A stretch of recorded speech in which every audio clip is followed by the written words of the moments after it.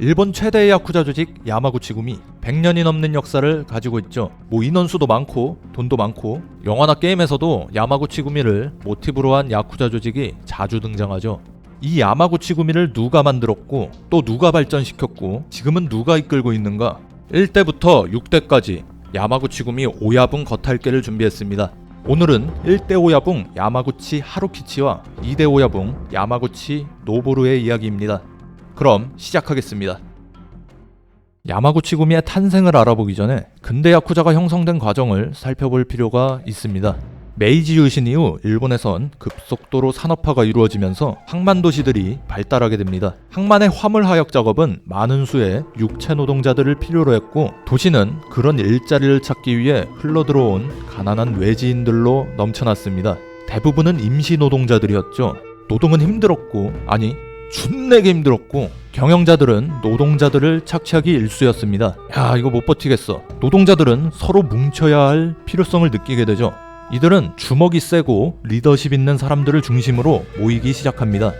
이 리더들을 오야카타라고 불렀고요. 또 따르는 이들은 고카타입니다.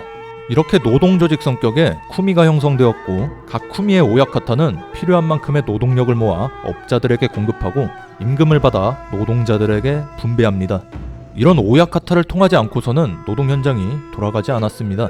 이들의 영향력은 점점 커졌고 서로 다른 쿠미들과 경쟁하고 사업 영역을 넓혀가며 야쿠자로 발전하게 됩니다. 합법적인 생업을 뿌리에 두고 있다는 것이 근대 야쿠자들의 특징이죠.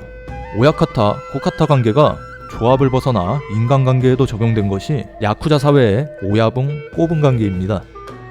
항만 도시는 몸뚱이 하나만을 믿고 흘러들어온 거친 사람들로 넘쳐났습니다. 이런 무례배들이 몰려다니며 소상공인들을 갈취하는 상황이 자주 벌어졌고 경찰의 힘만으로는 치안 유지에 한계가 있었죠. 이때 주민들을 지켜주겠다고 나선 것이 야쿠자들입니다. 이들은 소상공인들을 보호해준다는 명목으로 돈을 걷어들입니다. 아까랑 뭐가 달라? 아무튼 야쿠자들은 각자의 나와바리를 형성했고 서로 나와바리를 두고 싸움을 벌이며 흡수되고 통합되었습니다. 근대의 일본은 법치국가 체제를 빠르게 확립해갔지만 그 영향력이 사회 구석구석까지 미치진 못했습니다. 특히 새롭게 등장한 항만, 산업도시의 하층사회가 그러했고요. 야쿠자들은 이 무법지대에서 폭력을 앞세워 권력을 형성했고 국가는 그들을 밑에 두고 이용합니다. 야쿠자들의 사고방식과 행동 양식은 봉건적이고 근대화와는 거리가 멀어 보이지만 근대화의 과도기에서 야쿠자들은 하층사회와 법이 지배하는 시민사회를 잇는 교량 역할을 했습니다. 이런 모습은 산업화 시기 항구도시, 산업도시, 탄광, 토목 현장 등 일본 전국 어디에서나 비슷했습니다. 야마구치구미가 탄생한 고베항도 마찬가지였죠. 야마구치구미의 창립자 야마구치 하루키치 역시 가난에 떠밀려 고베로 이주한 유민이었습니다. 1881년 야마구치 하루키치는 고베항 맞은편에 위치한 섬 아와지시마에서 태어납니다. 야마구치는 아와지시마에서 어부로 살았습니다. 러일 전쟁에 종군하기도 했고요. 1906년 어업만으로 생계 유지가 힘들다고 여긴 야마구치는 그물을 집어던지고 아내와 장남 노보루와 함께 고베로 이주합니다. 임시 하역 노동자가 된 야마구치는 딸린 가족들도 있었기 때문에 빡세게 일했습니다.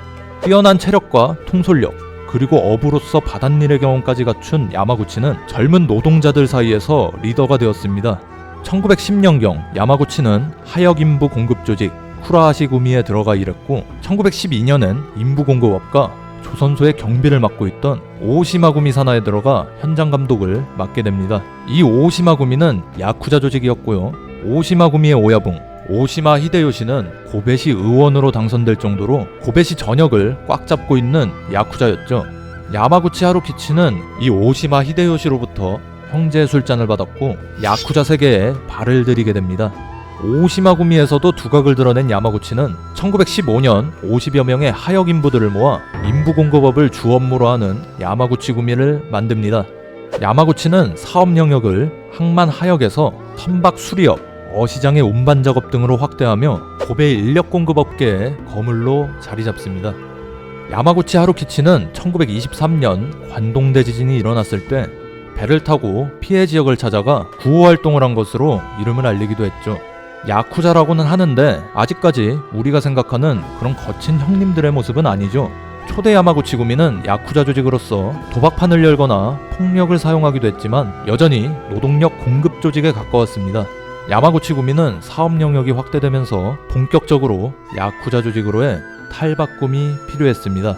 야마구치 하루키치는 이 역할을 자신의 장남인 야마구치 노보루에게 맡기게 되는데요. 야마구치 하루키치는 노동공급 사업에 지속적으로 관여를 했지만 조직의 오야붕자리는 아들에게 물려줍니다. 야마구치 하루키치는 조용한 여생을 보내다 1938년 57세의 나이로 사망합니다. 1925년 야마구치 노보루는 야마구치구미의 2대 오야붕자리에 오릅니다. 겨우 23살의 나이였죠.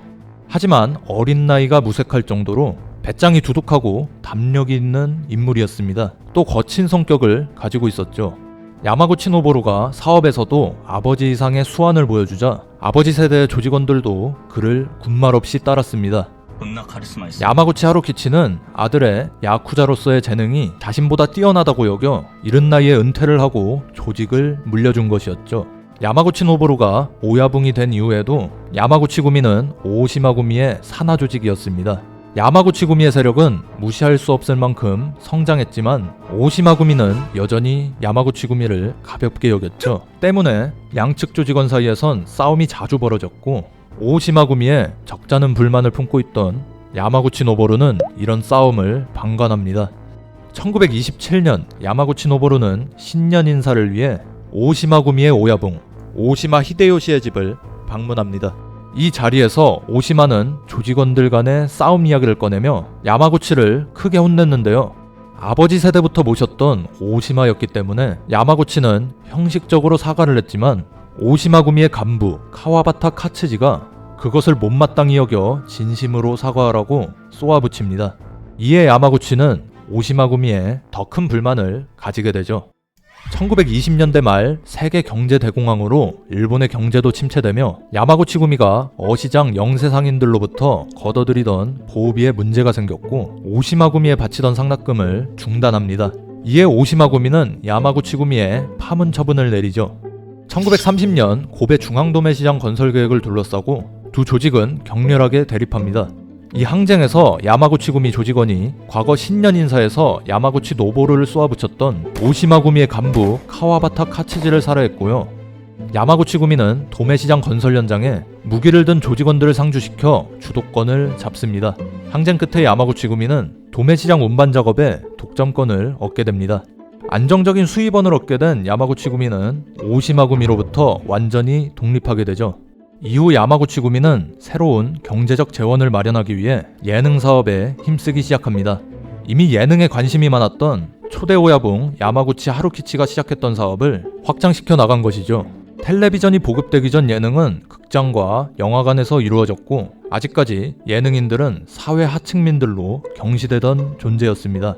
이들은 같은 하층 사회의 권력인 야쿠자들이 관리하게 되었죠. 여러 지역을 돌아다니며 공연을 하는 예능인들은 공연장의 경비와 여러 불상사들을 해결해주는 야쿠자들을 필요로 했습니다. 예능인들과 각 지역의 야쿠자 오야붕들은 때려야 뗄 수 없는 관계였죠. 야마구치구미는 오사카의 유명 연예기획사 요시모토 흥업과 연계해 예능 사업에 본격적으로 뛰어듭니다. 또 스모나 복싱 등의 흥행 사업에도 진출하였죠. 1940년 로쿄쿠시 히로사와 토라조라는 인물이 시모노세키 지역에서 공연을 열었습니다. 로쿄쿠는 샤미센 반주에 맞춰 가창과 말로 이야기를 전달하는 공연으로 한국의 판소리와 유사한 장르이고 그것을 하는 예능인이 로쿄쿠시입니다. 당시 선풍적인 인기를 끌고 있었죠. 시모노세키 지역의 거대 야쿠자 조직 카고토라구미는 로쿄쿠시 히로사와에게 자신들의 영화에 카메오로 출연할 것을 제안합니다. 히로사와는 이 제안을 흔쾌히 받아들이는데요. 문제는 이 히로사와가 이미 요시모토 흥업과 영화 출연 독점 계약을 맺고 있었다는 것이었습니다. 요시모토 흥업의 체면이 구겨지는 상황이었죠.